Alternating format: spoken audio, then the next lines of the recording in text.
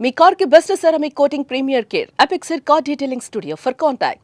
వేదిక పైన ఆసీనులైన ప్రత్యేకించి సత్యసాయిబాబా గారి శత జయంతి ఉత్సవం సందర్భంగా ఇక్కడికి విచ్చేసిన మనందరి beloved Prime Minister, most respected Prime Minister in the world,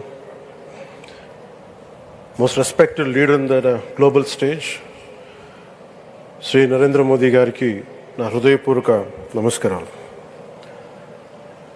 అలాగే తన అపారమైన అనుభవంతో రాష్ట్రాన్ని సమర్థవంతంగా నడిపిస్తున్న నాయకులు గౌరవ ముఖ్యమంత్రి శ్రీ చంద్రబాబు నాయుడు గారికి, భారతరత్న శ్రీ సచిన్ టెండూల్కర్ గారికి, శ్రీమతి ఐశ్వర్య రాయ్ బచ్చన్ గారికి, సోదరులు నారా లోకేష్ గారికి, వేదిక పైన ఆసీనులైన ప్రతి ఒక్కరికి, మంత్రివర్గానికి, బాబా గారు మహాసమాధి అయిన తర్వాత దాన్ని సమర్థవంతంగా నడిపిస్తున్న శ్రీ రత్నాకర్ గారికి, ప్రతి ఒక్కరికి పేరు పేరున నా హృదయపూర్వక నమస్కారం. ప్రత్యేకించి ఇక్కడికి వచ్చేసిన సత్యజయంతి సందర్భంగా ఇక్కడికి వచ్చిన భక్తులందరికీ, సాయిబాబా భక్తులందరికీ మనస్ఫూర్తిగా మీ అందరికీ నా నమస్కారాలు తెలియజేస్తున్నాను.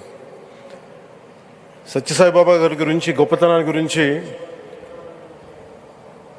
మన దేశస్తుల కంటే విదేశీయులు ఎక్కువ చెప్తారు ఆయన గురించి. కొన్ని సందర్భాలు ఇప్పుడు సింగపూర్ వెళ్ళినప్పుడు ఒక 30 సంవత్సరాల క్రితం చైనీస్ ఇళ్లలో చూశాను సత్యసాయిబాబా గారి ఫోటోగ్రాఫ్.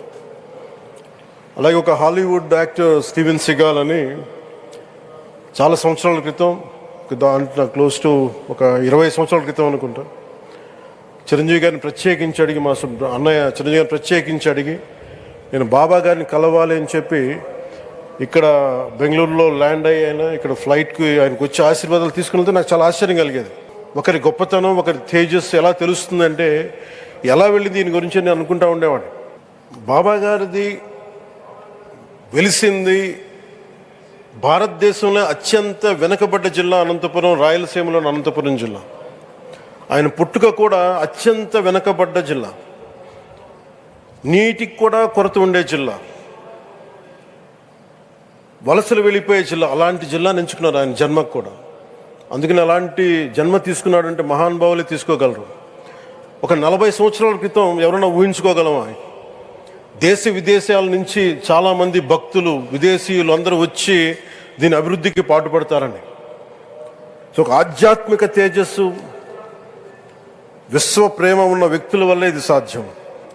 అలాంటి వ్యక్తుల కోసం ప్రత్యేకించి గౌరవ ప్రధానమంత్రి నరేంద్ర మోదీ గారికి ఇష్టమైనది ప్రజలందరికీ కనీసం ఒక 50 లీటర్ల నీళ్ళు ఇవ్వాలి,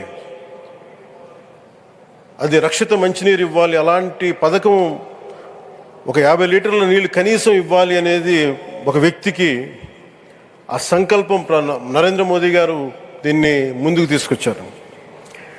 ఒక ప్రభుత్వ పరంగా దీన్ని ప్రధానమంత్రి గారు తీసుకొస్తే, ఒక ఆధ్యాత్మిక గురువుగా ఏ ప్రభుత్వం ఆలోచించినప్పుడు, ప్రభుత్వాలే దీని గురించి సగటు వ్యక్తికి నీరు ఎలా అందించాలనుకున్నప్పుడు దాన్ని ఆలోచించింది సత్యసాయిబాబా గారు ఆలోచించారు. అప్పుడు ముఖ్యమంత్రిగా చంద్రబాబు గారు ఉన్నప్పుడు వారికి ఒకటే చెప్పారండి, నేను ప్రజలకి దాహం తీర్చాలనుకుంటున్నాను.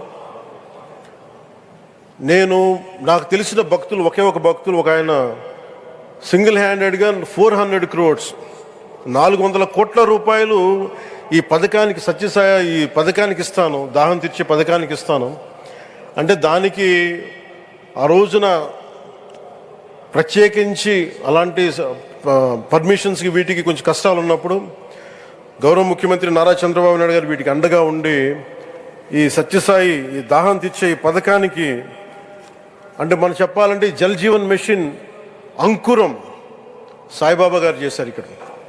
ఇది తమిళనాడులో కానీ, తెలంగాణలో కానీ, మిగతా అన్ని రాష్ట్రాల్లో కూడా ఈరోజు చేయగలుగుతున్నామంటే దానికి అంకురం సాయిబాబా గారు అందించారు. ఆయన సేవా తత్పరత ఆయనది ఎవరెవరో ఎంతమందో ప్రభావితం చెందారో లెక్కలేదు. ఒకసారి సేవ చేసే వాళ్ళందరినీ చూస్తూ ఉంటే మా వదిన గారు చెప్పారు, ఒకసారి భోజనం తింటా ఉంటే ఎవరిని ఇంకొకసారి ఇది కొంచెం అన్నం పట్టరా అంటే మా అన్నయ్య గారు చెప్పారండి. వాళ్ళ అనక ఆయన ఎవరో తెలుసా, ఆయన ఒక farmer IAS officer, senior IAS officer అని. ఆయనకి సెలవులో ఉన్న సమయంలో వచ్చి ఇక్కడ సేవ చేస్తారని. ప్రత్యేకించి ఒక వ్యక్తి, ఒక మహానుభావుడు ఎంతమందిని ప్రభావితం చేయగలిగారంటే, ఐఏఎస్లు కావచ్చు, మన ఈ రోజున సచిన్ టెండూల్కర్ గారు కావచ్చు, వేదిక పైన మహానుభావులు ఎందరో కావచ్చు, వీళ్ళందరినీ ప్రభావితం చేసే ఒక అరుదైన ఆధ్యాత్మిక శక్తి మన భారతదేశంలో, మన అనంతపురంలో, మన ఆంధ్ర రాష్ట్రంలో ప్రపంచానికి వెలుగులిచ్చే ఒక మహా వ్యక్తి పుట్టడం, ఆయన శత జయంతి సందర్భంగా ఇక్కడ మనందరం ఏకం కావడం చాలా ప్రత్యేకమైన ఆనందాన్ని కలిగించింది. ఆయన సేవా తత్పరతని, స్ఫూర్తిని మున్ముందు మేమందరం కొనసాగిస్తాం. గౌరవ ప్రధానమంత్రి అవర్ బిలౌడ్ ప్రైమ్ మినిస్టర్ ఆధ్వర్యంలో మేమందరం కొనసాగిస్తామని తెలియజేసుకుని, ఇదే సేవా తత్పరతని ముందు ముందుకు అందరం కొనసాగించాలని తెలియజేసుకుని సెలవు తీసుకున్నాను. జై హింద్.